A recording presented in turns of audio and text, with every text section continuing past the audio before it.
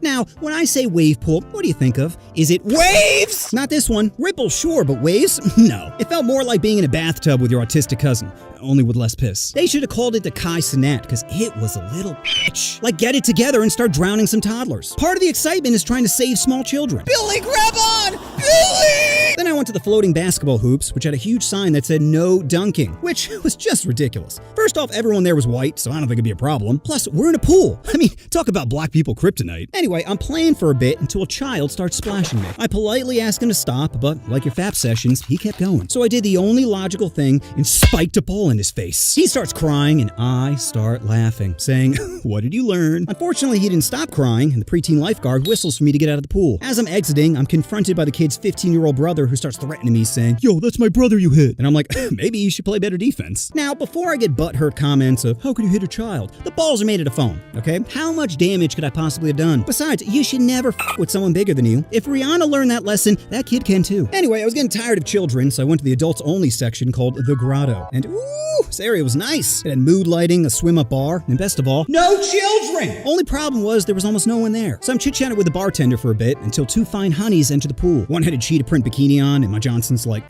time to make this kitty purr. So I approached them, and it could not have gone worse. After introducing myself, the cheetah print girl says, "So who did you come here with?" No one. "So you came to a water park alone?" "Well, I just moved here." "So you don't have any friends?" "Well, some people I met." "Really? Then where are they?" "Well, I felt a little presumptuous to invite them to a place where they gotta be half naked." "Sounds like you don't have any friends." "Well, just like you aren't making it easy. Who are you calling a bitch, you loser?" That's when I decided to be the bigger person and walk away.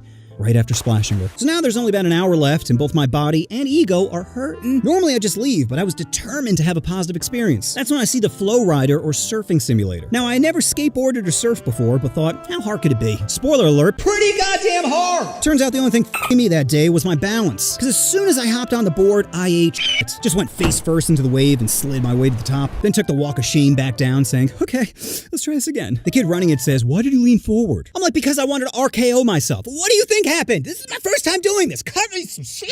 He says, "Here, just hold my hands and start bouncing on the board. I'll guide you in." So I start bouncing and slowly work my way into the wave. As soon as he lets go, my board starts to spin and I'm like, no. Then I fell backwards, slamming my head against the mat. Concussion has entered the chat. Yep, after all the scrapes and bruises, I ended my water park experience with a concussion. Ringing in my ears, bright lights, massive headache. I had it all. Almost like God was trying to shake some sense into me. You didn't learn your lessons on the slides? Here, maybe this will teach you. So anyone thinking about going to a water park, just don't. Because water parks are like road trips with your uncle. Sounds like a fun time until they start beating your meat.